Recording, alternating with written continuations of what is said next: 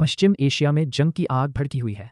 मिसाइलें बज रही हैं, डूबते आकाश में चमकते सितारे, और पूरी दुनिया एक सवाल पूछ रही है, अब तीसरे विश्व युद्ध की ओर क्या जंग है? अमेरिका और इजराइल के दावों के बाद ईरान भी पूरी ताकत से जवाब दे रहा है। बारूद की बारिश हो रही है। पूरे पश्चिम एशिया में तबाही का मंजर है। लेकिन इस भीषण संकट के बीच एक नाम सबसे ज्यादा चर्चा में है। वो नाम है भारत। कहा जा रहा है कि अगर कोई देश इस जंग पर कब्जा कर सकता है तो वो भारत है। आखिर क्यों भारत ईरान पर भरोसा कर रहा है? और क्यों कहा जा रहा है कि प्रधानमंत्री एक फोन कॉल से जंग को रोक सकते हैं? बता दें कि संयुक्त अरब अमीरात के पहले राजदूत हुसैन हसन मिर्जा ने दावा किया है कि अगर प्रधानमंत्री नरेंद्र मोदी ने नारा दिया तो सिर्फ एक फोन से इस जंग को रोका जा सकता है। फकीर का कहना है कि प्रधानमंत्री मोदी खाड़ी देश में है, बहुत सम्मान की बात है, और उनकी बात को दोनों पक्ष चयनकर्ता से स्वीकार किया गया है। अब ईरान ने भी भारत की भूमिका फ्रॉम क्रैश की है। ईरान के राष्ट्रपति मसूद इज़्ज़ान ने प्रधानमंत्री मोदी से फोन पर बातचीत के दौरान कहा कि भारत ने अंतर्राष्ट्रीय मंचों पर रुचि की भूमिका निभाई है।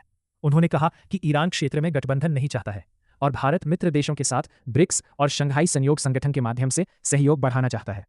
वास्तविक भारत का रुख इस पूरे संघर्ष में ना तो किसी के खिलाफ है और ना ही किसी के पक्ष में है। भारत लगातार शांति और बातचीत की विचार कर रहा है।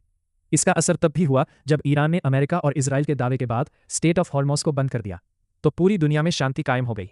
लेकिन भारत के साथ अपनी दोस्ती निभाते हुए ईरान ने भारतीय झंडे वाले साथियों को हॉर्मोज से प्रस्ताव की मात्रा दी।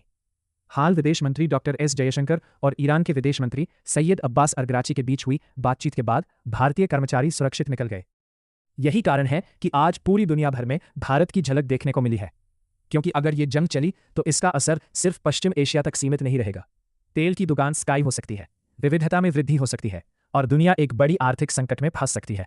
ऐसे में सवाल यही है कि भारत में इस युद्ध पर रोक कैसे लगाई जाए? मिसाइलों और बमों की मिसाइलें क्या साबित होंगी? पूरी दुनिया को अब इस जवाब का इंतजार है।